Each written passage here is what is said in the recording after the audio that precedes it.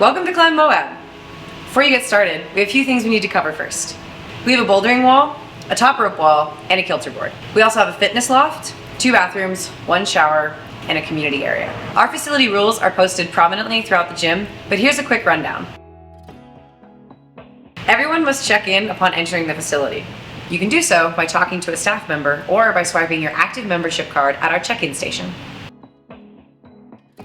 All climbing is dangerous. To proceed past our front desk, you must accept these risks and sign a waiver. If you are under the age of 18, you must have a parent or a legal guardian sign this waiver for you. Only UIAA manufactured equipment used recreationally for climbing is allowed in this facility. All climbing gear must be in good condition in accordance with the manufacturer's specifications. All youth under 14 must be actively supervised by a parent or legal guardian. No youth under 14 are allowed in the fitness loft. We're all here to have a good time and climb some things, so don't be a jerk. All belayers must be certified by Climb Moab and comply with our certification standards. Never stand, sit, or walk in an area where another climber could fall. Always look around you to see where other climbers are on the wall. Formal instruction is not allowed other than that offered by our instructors at Climb Moab. Chalk must be kept in a chalk sock. Do your very best to keep your chalk inside your bag, on your hands, or on the climbing holds. If you do decide to use liquid chalk, please do not use any liquid chalk with resins as it damages our holds. Before you start bouldering, let's review some best practices. Due to bouldering being unroped, every fall is a ground fall. You will fall when bouldering. Any fall can result in an injury, and injuries can be severe. Topping out on the bouldering wall is not permitted.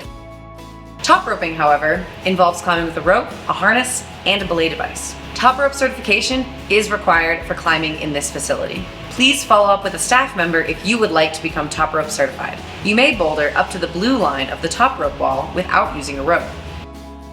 You must use a rope at all times on the crack wall.